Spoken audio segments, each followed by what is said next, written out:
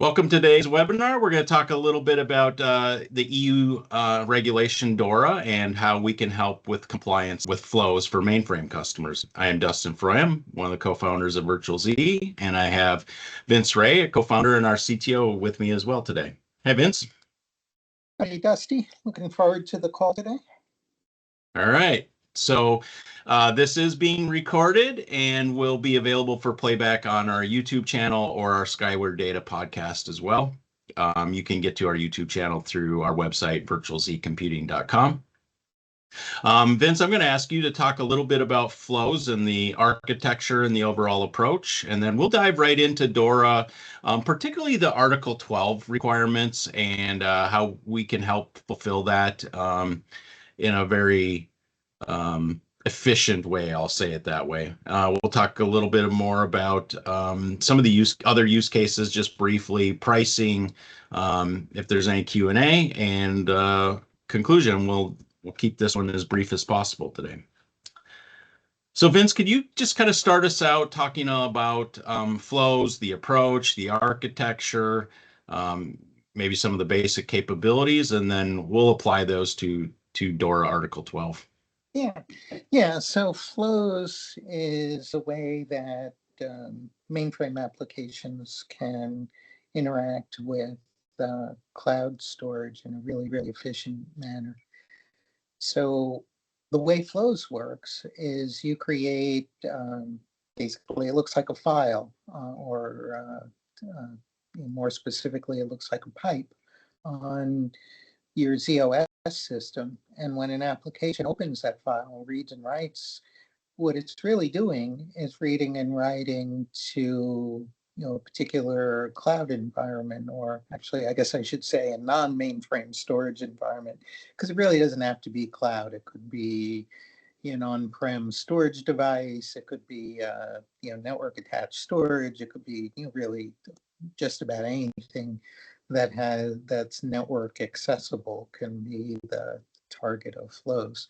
So when a mainframe application reads or writes from that endpoint, that data comes into flows, and we look at the configuration data that you've set up. And for each of those endpoints, you associate that data with a target. And the target, as I said, it could be cloud storage, it could be, I don't know, Google Cloud Object Storage, it could be an NFS server, as I said, it could be just about anything.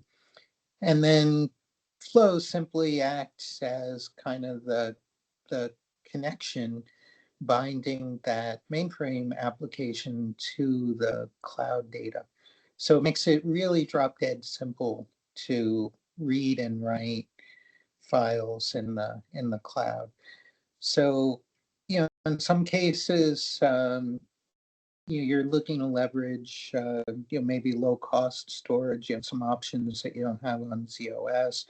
An example that we use internally are, backup data sets. We run IBM's normal backup utility, but instead of going to tape or disk or something local like that, we go to a FlowZ endpoint, and in our case, that's configured to talk to an on-prem network attached storage or SAN device. It's also good for data sharing. If I had going in the other direction, maybe I have I don't know, some kind of extract that I run from maybe it's Workday or Salesforce.com. And what I end up with is a pile of data sitting in an Amazon S3 bucket that I need to get into a mainframe application. Well, using flows, I can just point to that data and process it as a local ZOS file. So I see what my mainframe application sees is just any other local file, but it's really in real time, coming from some remote source that way. So very flexible. You can mix and match endpoints, and you can have some in the cloud, some local, some really whatever makes sense to you or whatever you need to do that way. And it's really those two major themes. It's about extending mainframe applications so they can leverage low-cost storage in the cloud. It's about benefiting from all of the things that the cloud providers can do, replication, encryption, all of that kind of stuff. And it's also a convenient way to do, data sharing between mainframe applications and cloud applications. So, lots of different use cases. I'm not sure we know all of them because it's, definitely early days for us. Customers seem to constantly come up with, oh, could I do, fill in the blank? And usually the answer is yes.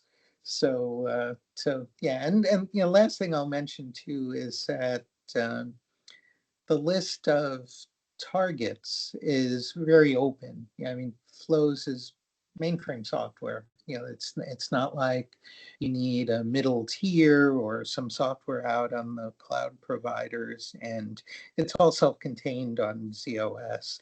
The model we use for drivers is open. We'll even document it. If you wanted to, I don't know, support something that we don't support, you don't have to wait for us to do that. You're welcome to do your own. It's a very simple thing to extend flows into new data sources.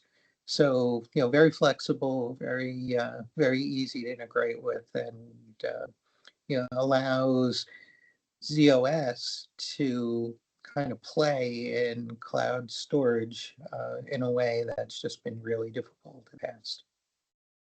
Yeah, Vince, to that point, could you just kind of talk a little bit about just, where does FlowZ install? Does it require software on the target side, or is it just the source side? Just what does that look like from an architecture standpoint? Yeah, it's FlowZ is completely self-contained on ZOS. We send you, the distribution files. The installation is really as simple as decompressing and expanding the archive that we supply, and you're pretty much ready to go at that point. Everything is generally configuration data, so it's a declarative model. It's not like you have to code anything to take advantage of flows. It's all right there on your ZOS system. In the latest implementation, it's it varies a little bit depending on which targets you choose, but some of the targets are 100% zip eligible, others are not. So there's also potential cost savings and resource savings there to the extent that you're able to use, do zip exploitation there. So, very, very mainframe centric software that way. I would think of it as, on other platforms, you might have a network client that allows you to reach a particular type of remote file system. FlowZ is similar to that in the sense that it allows you to take an existing mainframe application and extend it to, adapt to just about any type of cloud storage.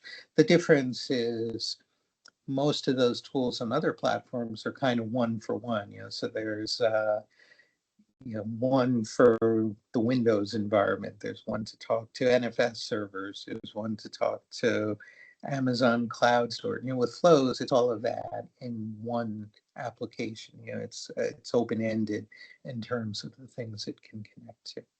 So yeah, very, very easy to get started. I mean, just to put some numbers to it, and you'll see this. I'm sure we will link to the demo later, but it from out of the box to your first data moving. I mean, that can be an hour. That can be maybe less than an hour. Depends how controlled your environment is and whose approvals you need and all of that kind of stuff. But the idea is that it's not a big, heavy, complicated thing that you need all kinds of time and energy just to get the tool running. All right, thanks, Vince.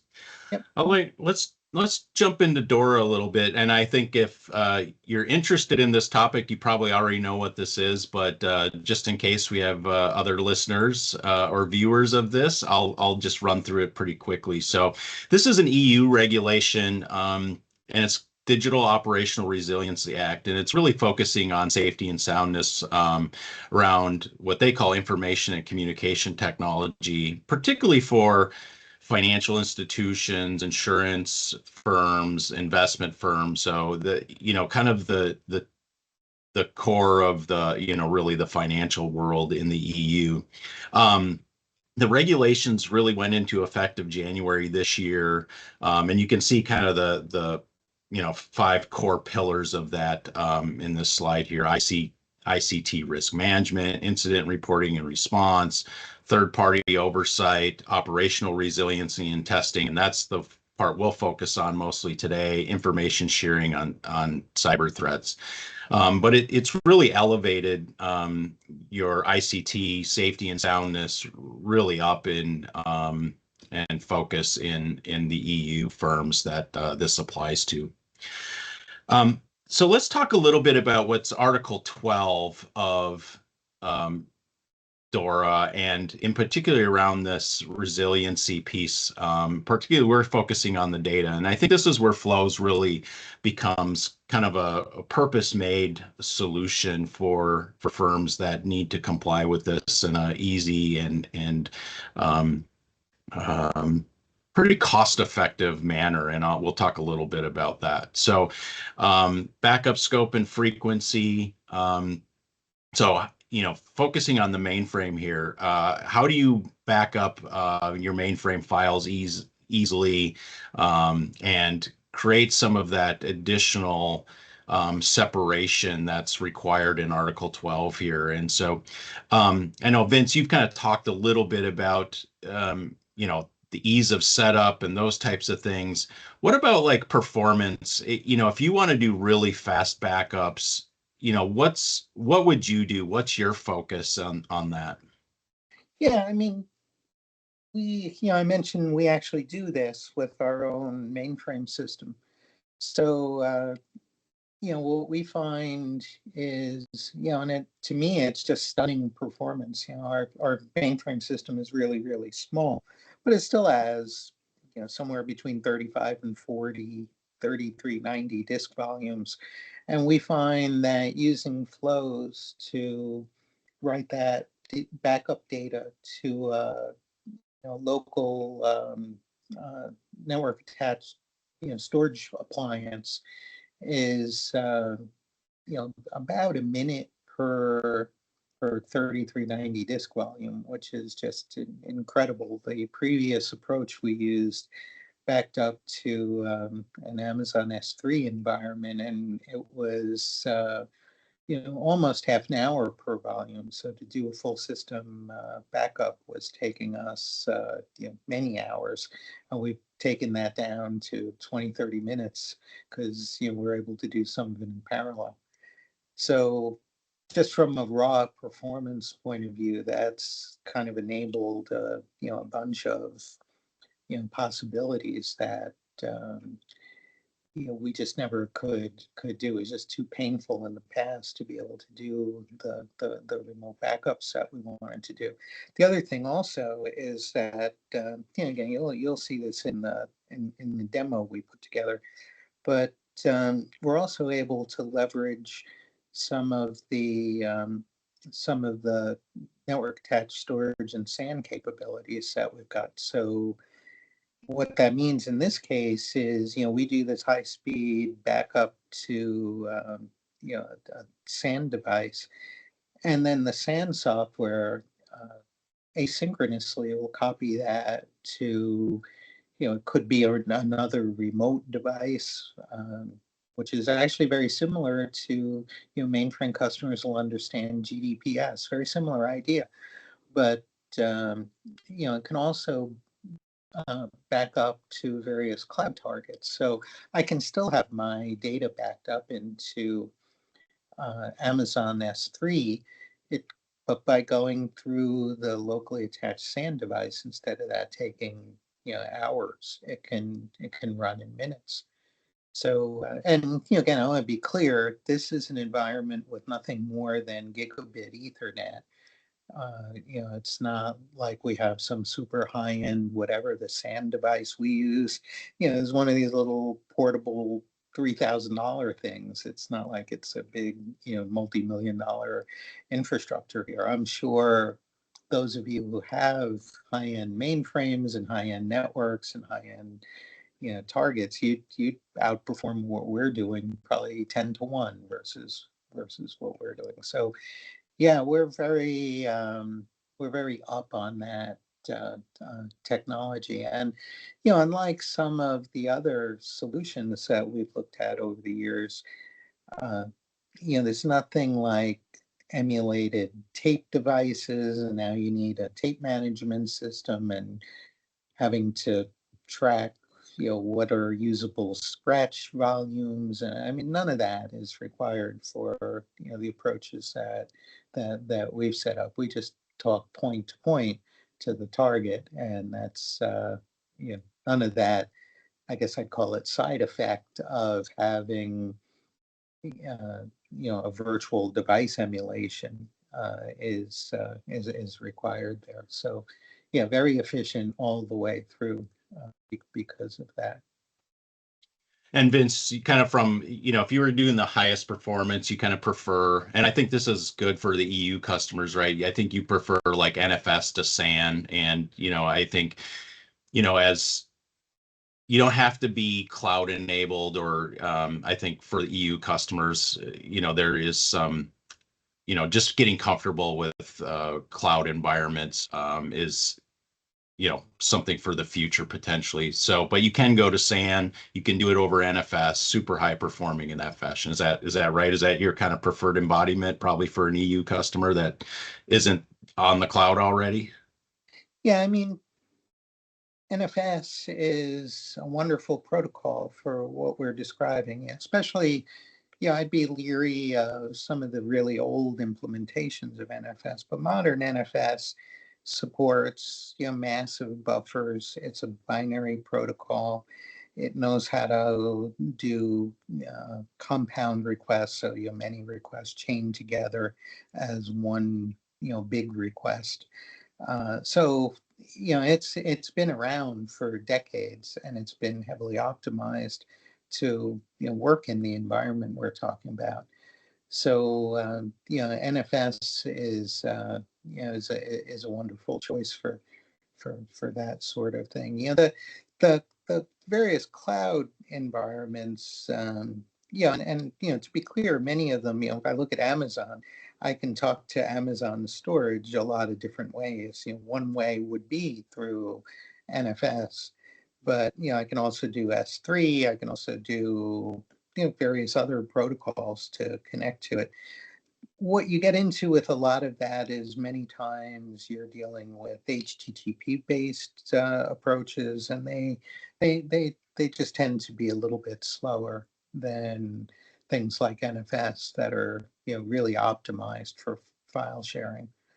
So it depends what your needs and goals are. If you're looking to exchange information with a cloud application, and that cloud application already has S3 or Google Cloud Platform or Azure or whatever it is, then that's what you're going to use.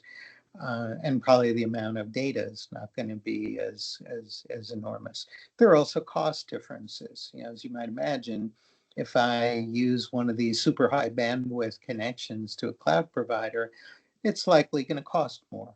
So again, a lot of trade-offs there that you'd want to think about. But the beauty of the approach is that you do get all those trade-offs. You can decide what's right for you based on your own unique needs, rather than having to just accept whatever the vendor might give you. Okay, thanks. How about restoration and recovery events? I just maybe a little bit about what that looks like, and how do you bring the data back if if it's sitting on SAN or in the cloud, and what that experience looks like. Yeah, and again, FlowZ is read and write. So really all we're talking about is being able to, read the data that you publish to the, whatever target you went to. There's nothing particularly different that you have to do there. One of the interesting advantages here is, it's possible that that data could exist in many different places. So, and most of those targets, assuming you have the right credentials and permissions and all of that, most of those targets are going to be accessible to you from, lots of different places. So if you have the kind of thing of, your data center is in flames and you have to recover to a remote site somewhere, you have to think about, how do I get my backup data to the remote site? Your backup data is accessible from the remote site because it's on, whatever targets you're using. And one of the other cool things we can do with FlowZ is that the backups can be duplexed. So I could, sure, within a given cloud provider, the cloud provider can often do that. I can create Amazon storage that's redundant. So, the copy I write is replicated to another availability zone, or whatever you want to happen there. And that's good. And you can certainly take advantage of that with FlowZ. But the other thing you can do with FlowZ is you can have completely unrelated targets. So, you can have one in Amazon and one in Google and one in Azure and one sitting in your own data center someplace. The same data can go multiple places that way as a duplex option.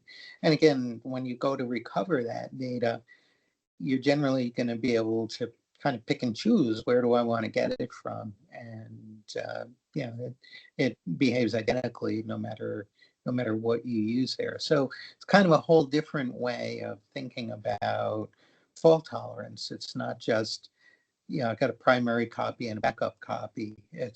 I might have backup copies that are not just segregated into different locations, but even by different providers. So God forbid, Amazon gets, I don't know, hacked or something by some, unfriendly government, and all their data is destroyed. You still have a copy somewhere else. And that's, that, to me, that feels very, very valuable. Yeah, I think that's a great segue into the next requirement, right? Segregated ICT systems. And, you know, um, the resiliency of the mainframe has always been just spectacular. But even now with basically some of the synchronous data replication protocols that are available, and you can have essentially two mirrored data centers and toggle between them for, extremely high resiliency. There is a risk there, right? Because now your storage, your data, everything is completely homogeneous amongst those two systems. And so the great thing about FlowZ is that it provides you that opportunity to create that, segregation without having necessarily a secondary, tertiary, or quaternary, mainframe site. More processors, more DASD, more tape systems. You can achieve this with, your existing data center configuration, but have resiliency in your data to, completely different types of systems like the cloud or SAN storage. So that's another great feature of FlowZ. Periodic testing and recovery. I don't know, Vince, is there anything kind of miraculous here? I think you can run multiple copies of FlowZ, right? You can have your test system, you can practice recoveries. Anything else you would kind of, from your experience, highlight from a FlowZ perspective that really stands out to you? Yeah, I mean, just having been in data centers where this kind of thing is a problem, one of the things you get, to struggle with in traditional approaches is that to do those tests, you'd need a lot of available, storage or whatever you're using as a target for that. Because most of the cloud providers we're talking about are essentially almost infinite capacity, you generally don't have that problem anymore. If I need to do, hey, how long is it going to take me to recover all of my mainframe data? And that might be, petabytes or, whatever the details are there. Setting up a test of that, I mean, it might be expensive, but it's a whole lot less expensive than having to go, buy physical devices or any of that. Not just that, you might decide to do, different things in your test environment. So maybe, like some of the replication and duplexing across providers. I mean, maybe that's what you do in your live production environment. Maybe you do that with your most important data. But for a lot of the testing and so forth, you might do that on, really cheap SAN environment in your own data center. So, the ability to kind of mix and match and leverage whatever you got and keep those costs under control and so forth. To me, that just makes it much more likely that people will do that kind of testing, and that's a good thing. Yeah, and these requirements seem to get kind of redundant. I think that's part of the benefit of our architecture, right? Is with one or two little variances, we can meet all of these requirements. But redundant ICT capacity, again, that becomes very cost effective. You can choose between cloud, SAN, and as Ben said, you can duplex to both at and have even higher resiliency by let's say you have your really high performing on-prem solution with SAN, and then you have a lower cost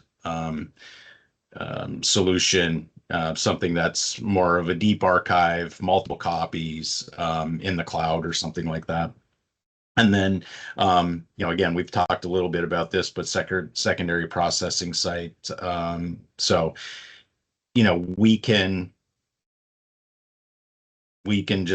share that data. I mean, in the most extreme case, right, Vince, the data could be accessible by both the mainframe or a non-mainframe platform if you had to get to that data for some other purpose, just like we do for like AI and BI data sharing. So yeah, we really fit in well with all of these requirements. And if there's a question or concern about, how we would help you with your DORA Article 12 compliance, we'd love to talk to you about that. So, Vince, anything else that kind of jumps out to you about, what you see in the DORA requirements and the FlowZ capabilities?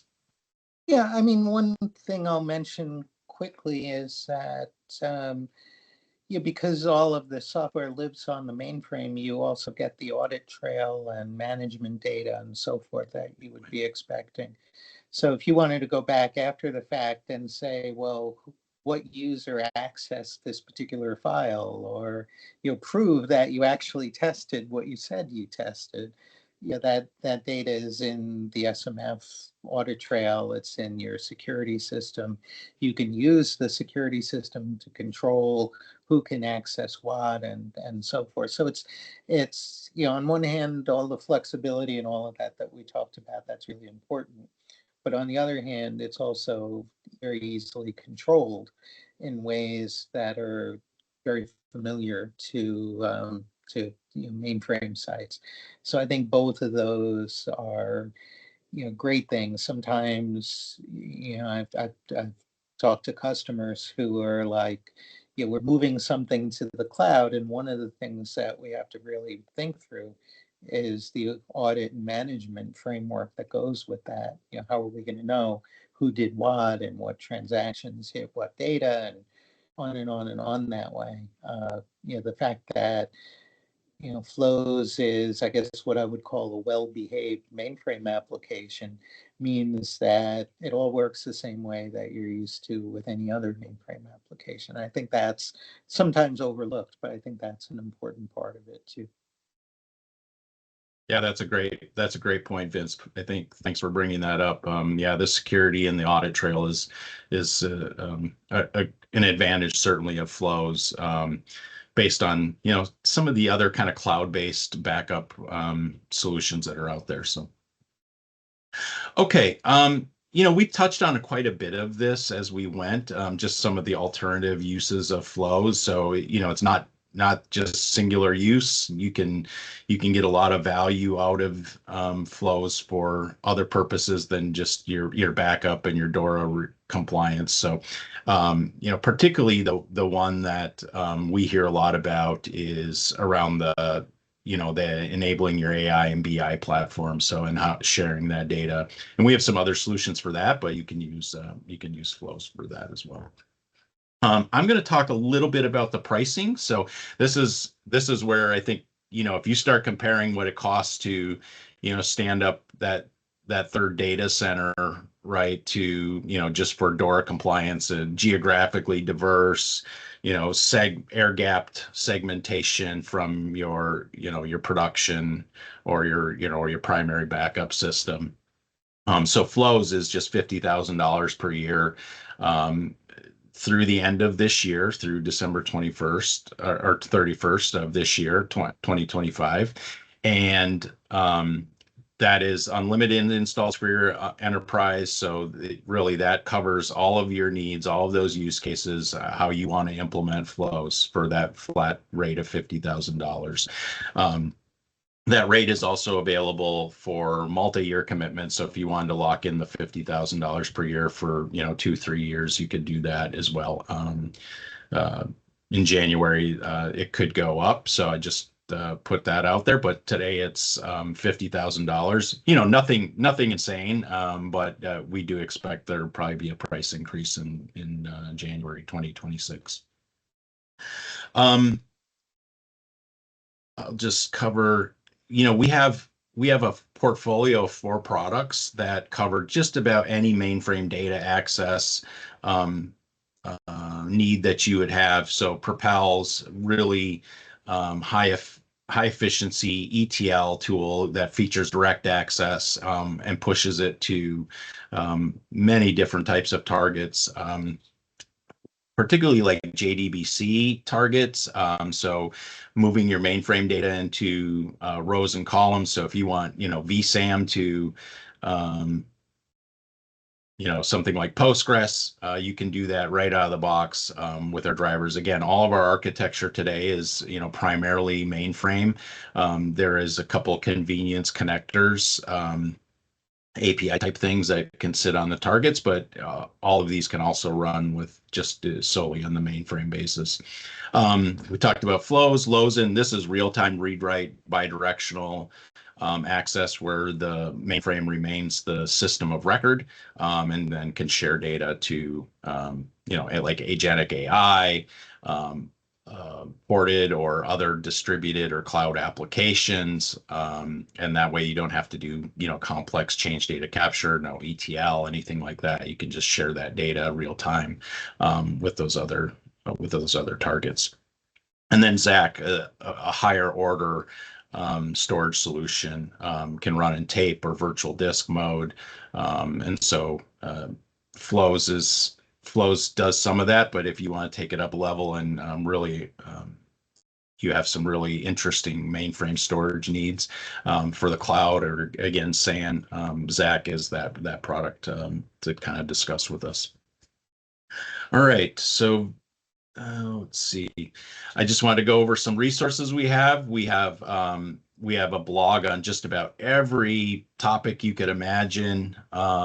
Demos on demand. So each of these products have demos that you can view. And some have many variations of different types of demos as well. Particularly FlowZ has quite a few, and Zach has one. And then Propel's has a couple. One of the interesting ones with Propel's is you can pipe your observability data into like a platform like Splunk, and that's what that demo demonstrates.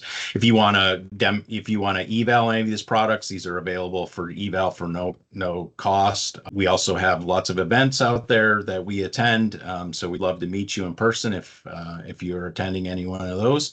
And then you can follow us on social media, particularly LinkedIn, and then our YouTube channel, as well as our Skyward Data podcast. Thank you for joining us today. And if you have any questions, reach out to us. You can reach out to us on our the web form on virtualzcomputing.com or at hello@virtualzcomputing.com. And thanks, Vince, for joining us, and we'll catch you on the next one.